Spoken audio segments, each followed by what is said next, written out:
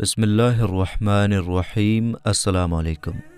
دوستو، ایک ایسی بدبخت اور ناپاک قوم جنہوں نے دنیا پر ایک ایسے گناہ کو سٹارٹ کیا جن سے پہلے کسی بھی قوم نے اس دنیا میں اس گناہ کو نہیں کیا تھا۔ یہ قوم کون سا ایسا گناہ کرتی تھی جس کی وجہ سے اس کو دنیا کی سب سے بدترین قوم کہا جاتا ہے؟ وہ گناہ کون سا تھا جو یہ لوگ کرتے تھے، اور یہ لوگ اس گناہ کے اندر کس طرح ڈوبے، اور اس دنیا کے اندر ہم جنس پرستی کی شروعات کیسے ہوئی،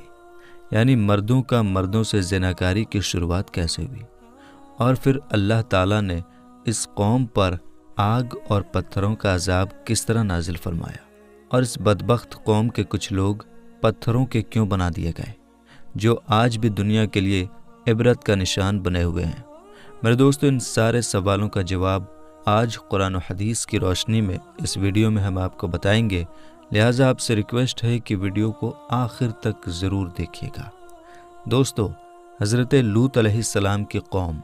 وہ اکلوتی قوم تھی جو دنیا کی بدترین گناہ کرتی تھی۔ یہ لوگ اتنے گھٹیا تھے کہ عورتوں کو چھوڑ کر مردوں کے ساتھ ہم جنس پرستی، زناکاری کیا کرتے تھے، اور عورتوں کی بجائے مردوں کے ساتھ اپنی خواہشات پوری کیا کرتے تھے۔ شہر سدوم میں رہنے والی یہ قوم حضرت لوط علیہ السلام کی امت تھی۔ حضرت لوط علیہ السلام کو اللہ تعالیٰ نے نبوت سے سرفراز فرمایا تھا۔ حضرت لوط علیہ السلام حضرت ابراہیم علیہ السلام کے بھتیجے ہیں، اور آپ کو اللہ تعالیٰ نے شہر سدوم کی طرف نبی بنا کر بھیجا تھا۔ چونکہ حضرت لوط علیہ السلام کے والد کا انتقال بچپن میں ہی ہو گیا تھا، اسی وجہ سے حضرت ابراہیم علیہ السلام نے حضرت لوط علیہ السلام کو بچپن سے ہی پالا تھا، اور حضرت لوط علیہ السلام حضرت ابراہیم علیہ السلام کے پاس ہی رہتے تھے۔ حضرت لوط علیہ السلام اپنے والد کے انتقال کے بعد حضرت ابراہیم علیہ السلام کے ساتھ ہجرت کر کے ملک شام میں آ گئے تھے، اور حضرت ابراہیم علیہ السلام کی خدمت میں لگے رہے۔ حضرت لوط علیہ السلام نے چونکہ حضرت ابراہیم علیہ السلام کی بہت زیادہ خدمت کی، تو حضرت ابراہیم علیہ السلام نے اللہ تعالیٰ کی بارگاہ میں دعا کی، تو اللہ تعالیٰ نے حضرت ابراہیم علیہ السلام کی خدمت اور دعا کے صدقے حضرت لوط علیہ السلام کو نبوت عطا فرمائی۔ دوستو، حضرت لوط علیہ السلام کی قوم دنیا کی بدترین قوم ہے، اور عورتوں کو چھوڑ کر مردوں کے ساتھ اپنی خواہش پوری کیا کرتے تھے۔ لیکن یہ لوگ اس گناہ کے اندر کس طرح ڈوبے، اور کس چیز نے اس قوم کو اس گناہ پر اکسایا، اس کے بارے میں روایات میں آتا ہے کہ جس شہر میں یہ قوم رہتی تھی اس شہر کو سدوم کہتے ہیں۔ شہر سدوم ایک ایسا علاقہ تھا جہاں پر اللہ تعالیٰ کا خاص فضل و کرم تھا، جہاں پر پھلوں کے ہرے بھرے باغیچے اور ہر طرف لہلہاتے کھیت تھے۔ اس علاقے میں پھلوں اور اناج کی بے شمار پیداوار ہوتی تھی۔ شہر سدوم کا یہ علاقہ ہر لحاظ سے خوشحال تھا۔ یہی وجہ تھی کہ آس پاس کے لوگ شہر سدوم میں اپنی ضروریات زندگی کا سامان حاصل کرنے کے لیے اس شہر میں آیا کرتے تھے۔ لیکن اس شہر سدوم میں رہنے والے لوگوں کو یہ بات بالکل بھی ہضم نہ ہوئی۔ ان کا خیال یہ تھا کہ شہر سدوم میں پیدا ہونے والی اناج اور گلوں پر صرف انہی کا حق ہے، اس لیے قوم لوط آس پاس کے علاقوں سے آنے والے لوگوں سے بہت تنگ تھے۔ ایک دن قوم لوط کے کچھ لوگ اسی بات پر جھگڑا کر رہے تھے کہ شیطان ایک بوڑھے آدمی کی شکل میں ان کے پاس آیا، اور ان لوگوں سے کہنے لگا کہ اگر تم لوگ ان مسافروں سے اپنی جان چھڑانا چاہتے ہو تو جو میں کہتا ہوں وہ کرنا پڑے گا۔ چنانچہ شیطان کی یہ بات سن کر لوگ شیطان سے پوچھنے لگے کہ وہ کون سا کام ہے جس کے کرنے کی وجہ سے ہمیں ان مسافروں سے چھٹکارا حاصل ہو سکتا ہے۔ تو شیطان نے کہا کہ میں تمہیں کل بتاؤں گا۔ چنانچہ کل شیطان ایک خوبصورت نوجوان لڑکے کی صورت میں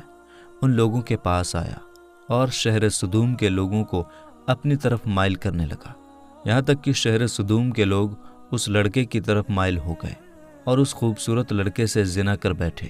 اس بدکاری کے بعد شیطان نے ان لوگوں سے کہا کہ اگر تم لوگ آنے جانے والے مسافروں سے اپنی جان چھڑانا چاہتے ہو تو تم لوگ ہر آنے والے مسافر کے ساتھ یہی بدکاری کیا کرو۔ جب تم لوگ ہر آنے والے مسافر کے ساتھ یہ بدکاری کیا کرو گے تو کوئی بھی مسافر تمہارے علاقے میں نہیں آئے گا۔ میرے دوستو، اس طرح شیطان نے سب سے پہلے اس قوم سے بدفعلی کروائی، اور اس گناہ کا اس قوم کو ایسا چسکا لگا کہ وہ اس گناہ کے عادی بن گئے، اور نوبت یہاں تک پہنچ گئی کہ لوگ عورتوں کو چھوڑ کر مردوں کے ساتھ اپنی جنسی تعلقات قائم کرنے لگے اور اپنی خواہشات پوری کرنے لگے۔ یہ گناہ شہر سدوم کے اندر اس طرح پھیل گیا کہ ہر گھر میں یہ گناہ ہونے لگا، اور کوئی بھی محفل اس گناہ سے خالی نہ ہوتی۔ ادھر جب حضرت لوط علیہ السلام کو اپنی قوم کے اس برے کام کا پتہ چلا تو حضرت لوط علیہ السلام بہت غمگین ہوئے، اور حضرت لوط علیہ السلام نے اپنی قوم کو اللہ تعالیٰ کے عذاب سے ڈرایا اور اس گناہ سے منع کیا، جس طرح کہ اللہ تعالیٰ قرآن پاک میں ارشاد فرماتا ہے، اور کیا وہ بے حیائی کرتے ہو جو تم سے پہلے جہاں میں کسی نے نہ کی؟ تم مردوں کے پاس شہوت سے جاتے ہو عورتوں کو چھوڑ کر، بلکہ تم لوگ حد سے گزرے ہوئے ہو۔ میرے دوستو، یہ بدبخت قوم اس گناہ کے اندر اس طرح مبتلا ہو گئی، اس طرح ڈوب گئی کہ حد سے زیادہ بڑھ گئی۔ حضرت لوط علیہ السلام نے اپنی قوم کو بار بار سمجھایا، لیکن یہ قوم اس گناہ سے باز نہ آئی۔ جب حضرت لوط علیہ السلام اس قوم کو اس گناہ سے منع کرتے تو یہ لوگ حضرت لوط علیہ السلام کو برا بھلا کہتے، اور نوبت یہاں تک پہنچ گئی کہ حضرت لوط علیہ السلام کو اس شہر سے نکالنے کی دھمکیاں دینے لگے، جس طرح کہ اللہ تعالیٰ قرآن پاک میں ارشاد فرماتا ہے، اور اس کی قوم کا کچھ جواب نہ تھا مگر یہی کہ ان کا کہنا تھا کہ اپنی بستی سے نکال دو، یہ لوگ پاکیزگی چاہتے ہیں۔ اس طرح جب یہ قوم حد سے زیادہ بڑھ گئی اور حضرت لوط علیہ السلام کو دھمکانے لگی، اور ساتھ ہی حضرت لوط علیہ السلام کو یہ کہنے لگی کہ اگر تم اللہ تعالیٰ کے سچے نبی ہو تو ہم پر وہ عذاب لے آؤ جس عذاب سے تم ہم کو ڈراتے ہو،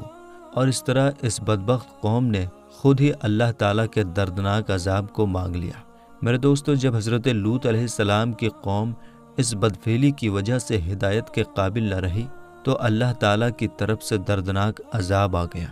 چنانچہ حضرت جبریل علیہ السلام کچھ فرشتوں کے ساتھ خوبصورت نوجوان لڑکوں کی شکل میں مہمان بن کر حضرت لوط علیہ السلام کے گھر میں تشریف لائے۔ ادھر جب حضرت لوط علیہ السلام نے ان خوبصورت اور نوجوان مہمانوں کو دیکھا تو حضرت لوط علیہ السلام بہت فکر مند ہوئے، کیونکہ ان کی قوم پہلے ہی اس بدفعلی میں بہت زیادہ سرکشی کر چکی تھی، لہٰذا وہ ان خوبصورت مہمانوں کو دیکھ کر اور فکر مند ہو گئے۔ چنانچہ حضرت لوط علیہ السلام کی بیوی، جو حقیقت میں منافقہ تھی، جب اس نے ان مہمانوں کو دیکھا تو وہ چپکے سے شہر سدوم کے لوگوں کے پاس چلی گئی اور ان خوبصورت مہمانوں کے بارے میں ان کو بتانے لگی، اور ان سے کہنے لگی کہ ہمارے گھر میں خوبصورت لڑکے آئے ہوئے ہیں، اور شہر سدوم کے لوگوں کو اس بدفعلی کی طرف دعوت دینے لگی۔ چنانچہ شہر سدوم کے بدفعلوں کو جب اس بات کا پتہ چلا تو تمام لوگوں نے حضرت لوط علیہ السلام کے گھر کو گھیر لیا، اور یہ لوگ ان مہمانوں کے ساتھ بدفعلی کرنے کے ارادے سے حضرت لوط علیہ السلام کے گھر کی دیواروں پر چڑھنے لگے۔ چنانچہ حضرت لوط علیہ السلام نے جب یہ منظر دیکھا تو اپنے مہمانوں کو ایک کمرے میں چھپا دیا،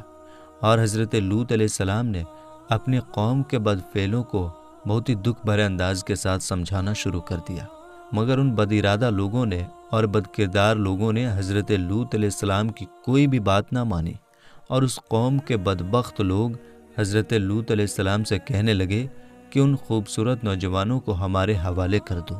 تاکہ ہم ان کے ساتھ اپنی خواہشات پوری کر سکیں۔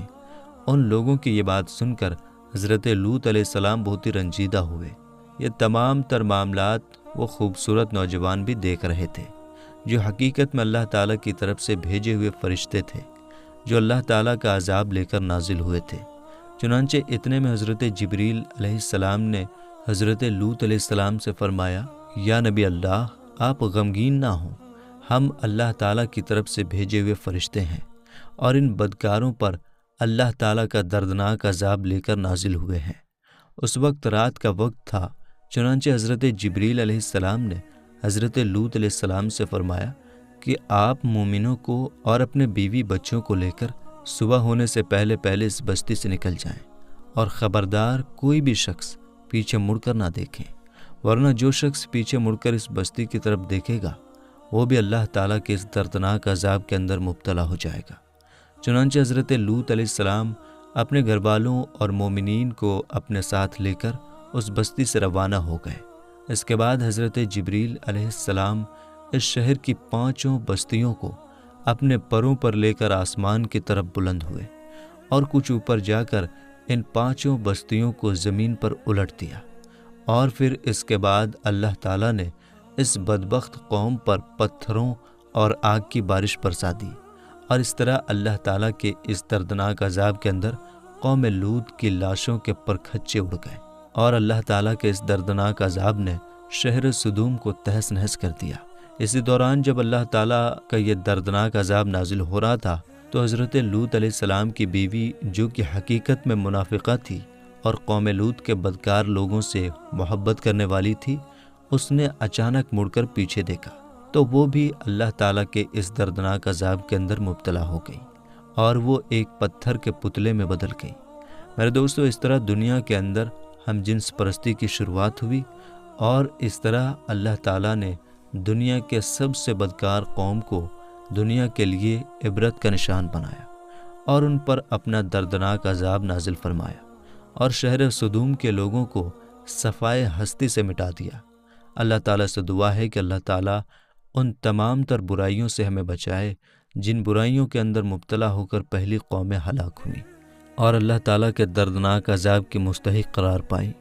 میرے دوستو، ہم امید کرتے ہیں کہ ویڈیو آپ کو سمجھ میں آ گئی ہوگی۔